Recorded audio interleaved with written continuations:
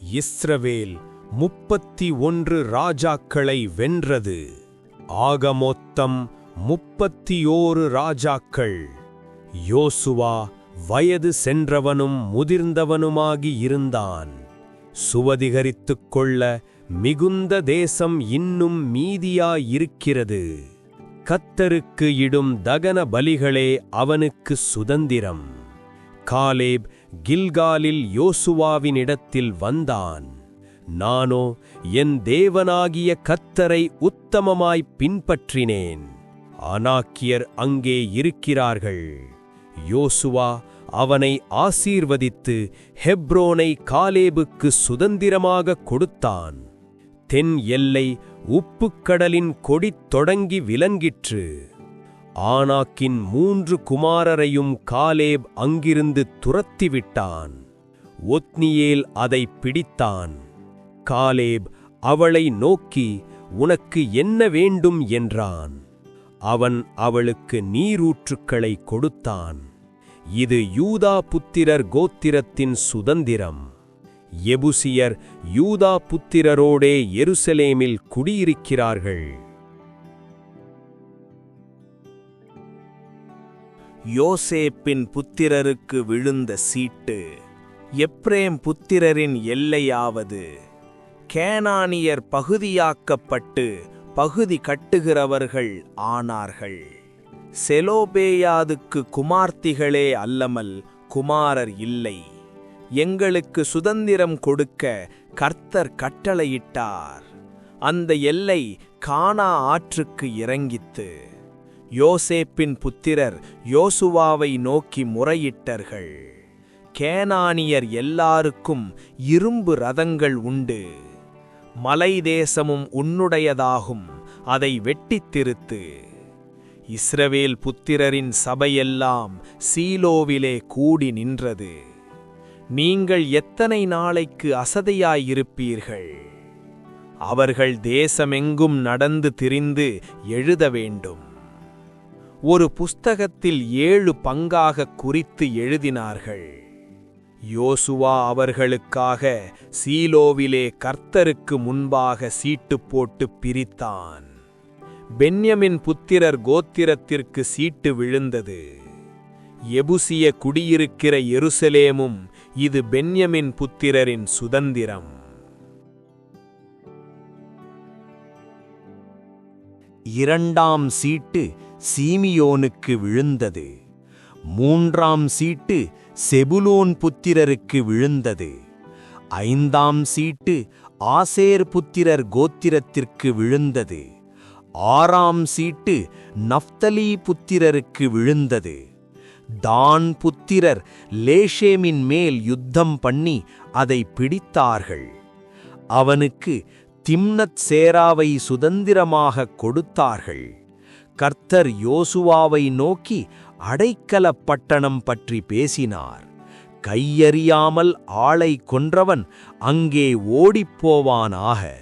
மூப்பர் அவனை பட்டணத்துக்குள் ஏற்றுக்கொண்டு இடம் கொடுப்பார்கள். அப்படி அவர்கள் 6 நகரங்களை பிரித்து வைத்தார்கள். லேவியர் இனங்களின் தலைவர் யோசுவாவினிடத்தில் வந்து கேட்டல். இஸ்ராயேல் புத்திரர் தங்கள் சுதந்திரத்திலே நகரங்களையும் கொடுத்தார்கள்.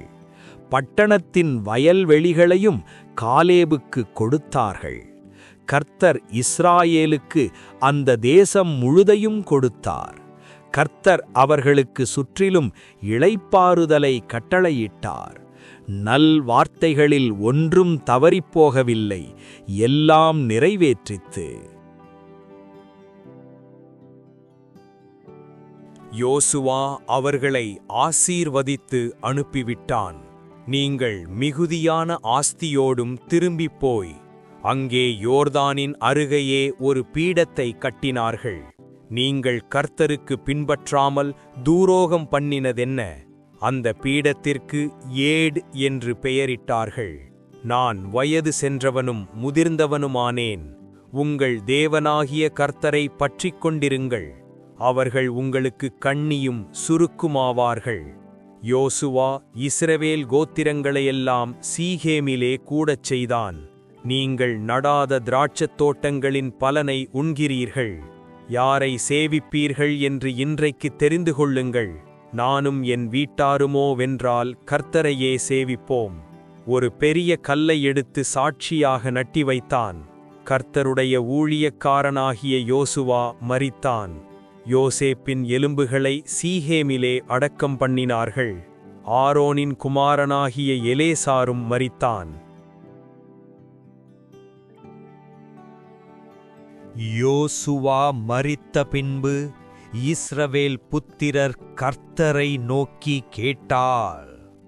யூதா தன் சகோதரனாகிய சிமியோனை நோக்கி அழைத்தான். நான் செய்தபடியே தேவன் எனக்கு பலன் அளித்தார் என்றான். எருசலேம் பட்டணத்தை அக்கினியினால் சுட்டுப் போட்டார்கள். அப்பொழுது காலேப் அவளுக்கு மேலான நீரூற்றுகளையும் கொடுத்தான். பள்ளத்தக்கில் உள்ள குடிகளுக்கு இரும்பு ரதங்கள் இருந்தன. மனசே கோத்திரம் குடிகளை துரத்திவிடவில்லை. கானானியரை பகுதி கட்டுகிறவர்களாக்கினார்கள். கர்த்தருடைய தூதர் கில்காலிலிருந்து போக்கிமுக்கு வந்து சொன்னார். ஜனங்கள் சத்தமிட்டு அழுதார்கள். கர்த்தரையும் அவர் செய்த கிரியைகளையும் அறியாத வேறொரு சந்ததி எழும்பிற்று. இஸ்ரவேல் புத்திரர் கர்த்தருடைய பார்வைக்கு பொல்லாப்பானதை செய்து பால்களை சேவித்து அவர்களை கொள்ளையிடுகிற கொள்ளைக்காரர் கையில் ஒப்புக் கொடுத்தார். கர்த்தர் நியாயாதிபதிகளை எழும்ப பண்ணினார். தங்கள் பிடிவாதமான வழியை விட்டு விலகவில்லை.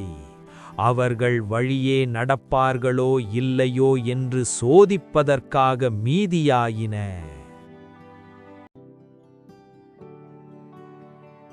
இஸ்ரவேல் புத்திரர் யுத்தத்தை அறிந்து கொள்ள வேண்டுமென்று மீதியானர்கள்.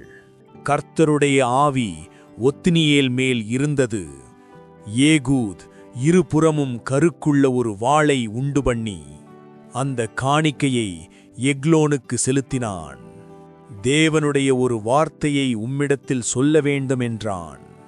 போகவே அவன் எப்ரேம் மலையிலே எக்காளம் ஊதினான்.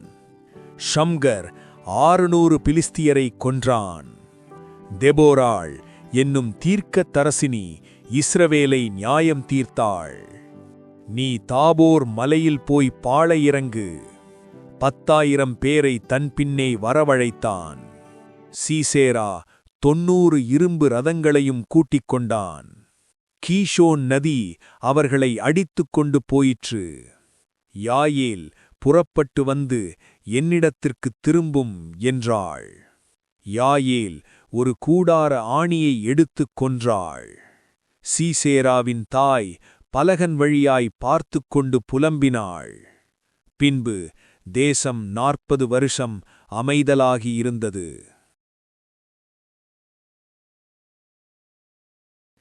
கர்த்தர் அவர்களை 7 வருஷம் மீதியானியர் கையில் ஒப்புக் கொடுத்தார். கிதியோன் கோதுமையை ஆலையில் பொரித்தான்.